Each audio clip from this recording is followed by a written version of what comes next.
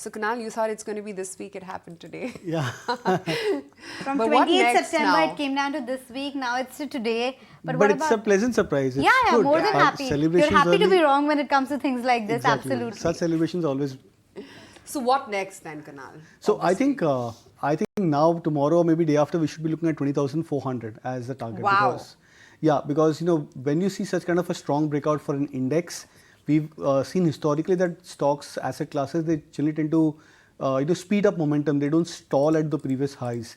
And just as an example, for example, Maruti, when it hit that new high, the stock went up by another 4% in the subsequent day. So I'm expecting at least a 2% rally for the index, hopefully tomorrow itself. Dipan Mehta is also with us. Let's take his view. Dipan, we keep talking to you as and when all of these fresh highs are made. The Sensex, the Nifty mid-cap has been making fresh record highs. Where do we go from here on? Is there any amount of consolidation or profit booking that one should do? Or do you think this euphoria will continue in the markets? Oh, thank you for having me on your show. And I've been hearing all the veterans before me air their views. And I think everybody in the market who's been around for a long, long time, who basically relies on fundamentals for his judgment calls, has to say that, look, the market has run up a bit too fast, too high, and some amount of consolidation, correction will happen. When it will happen, we don't know. But we are seeing more and more trading positions being loaded onto the market, and leverage positions also, I suspect, are coming through. So it's a situation where it is, I would say, near about entering a parabolic zone, which means that from here prices can easily go into kind of a bubble territory.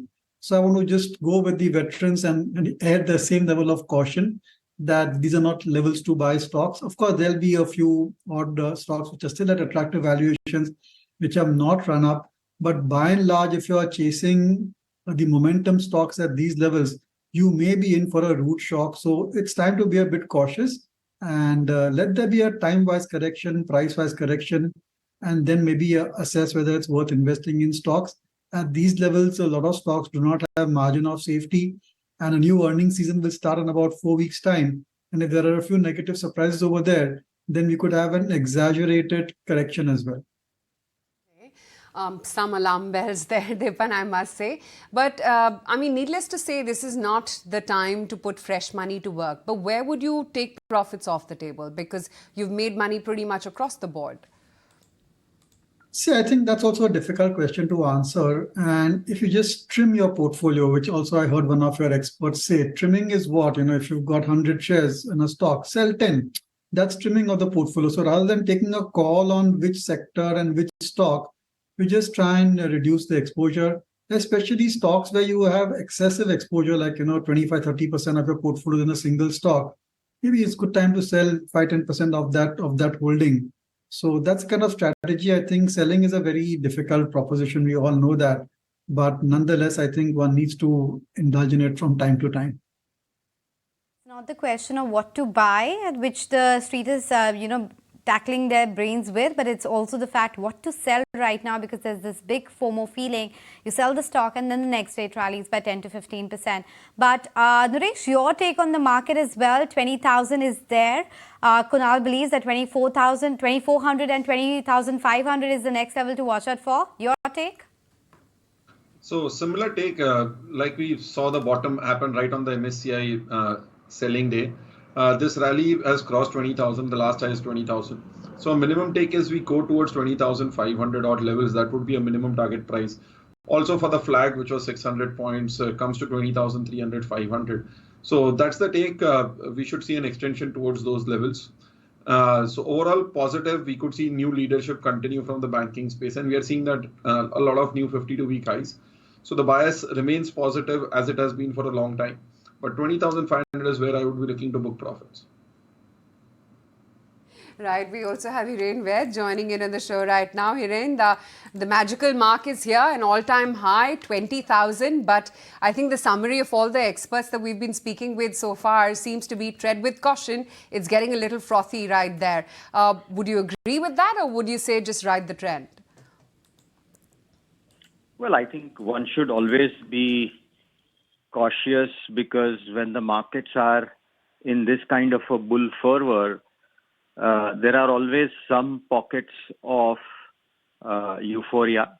which is usually there in some small or micro cap names which are not backed by fundamentals. But other than that, I think I have no doubt that we are firmly in a bull run. Yes, there can always be corrections in this bull run, but I think the trend is firmly in our favor.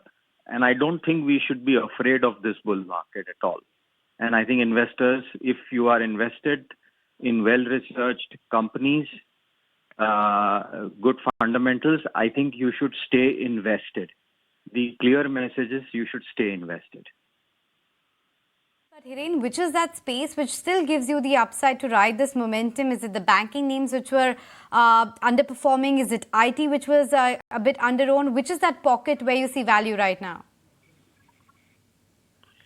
Well, I think it's difficult to kind of call out sectors. Definitely, I think if you were to just generally talk about it, I think large caps in general, from a relative perspective, there is still value because obviously small and mid caps have had an uninterrupted run from April onwards.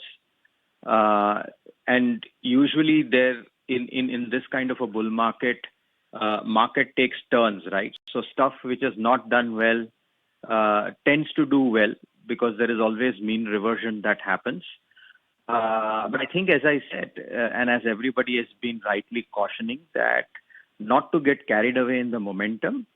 I think there are still opportunities in a lot of areas. I think specialty chemicals, agri, IT services or tech. I think those haven't moved as aggressively as what the industrials have done. So from a risk reward perspective, there is opportunities. But I think the message is that if you are invested even in some of the leading sectors like industrials, capital goods, power, you should remain invested in those sectors as well.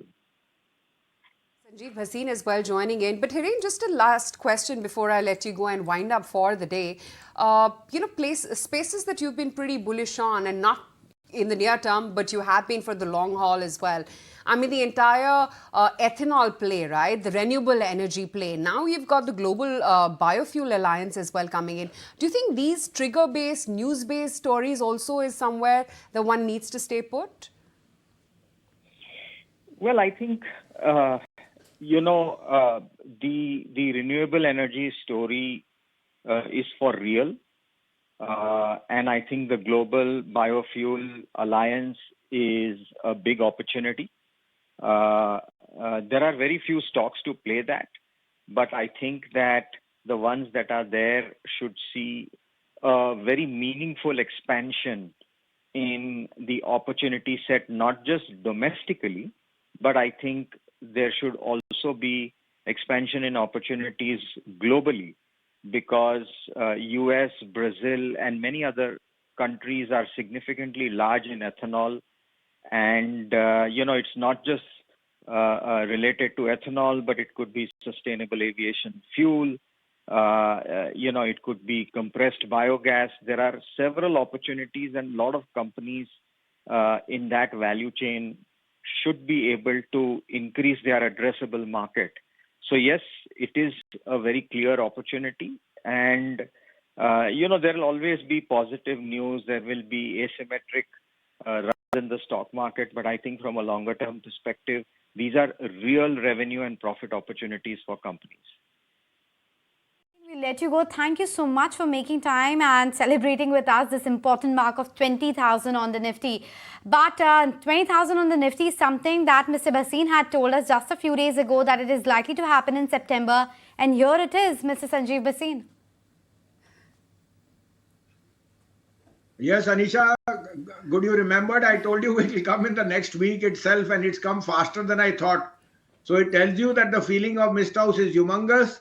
And now after the huge rally we've had in power, stroke defense, stroke PSUs, it's the turn of the index heavyweights. and I think this is just starting. So there will be a little bit of volatility because of inflation numbers in the US and XYZ. But India purely is an outperformer, and I think now on the benchmark is set. So if there was one milestone of 20,000, you've done that. Now it's going to be stock sector specific. But ownership of stocks is again what makes wealth, and that's why you have to just stay put. So yes, 4 or 5 names I can quickly give you, which I think can still outperform, and I think we'll enjoy the party.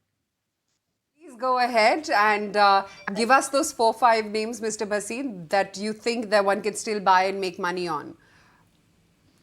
Yeah, hi. So Aisha, it is Apollo Hospital. I think that is headed. Look at the average revenue per operating bed. They've guided on a 15% growth.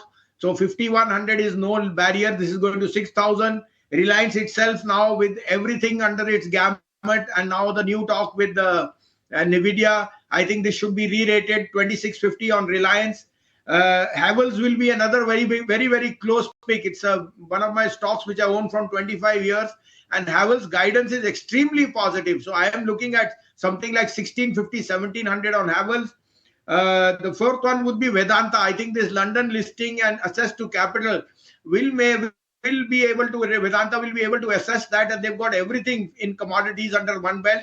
And last but not least would be my favorite, which I gave you as a dark horse at 90, Tata Tele. It has just hit 101, but this stock is going to 140 in this calendar year.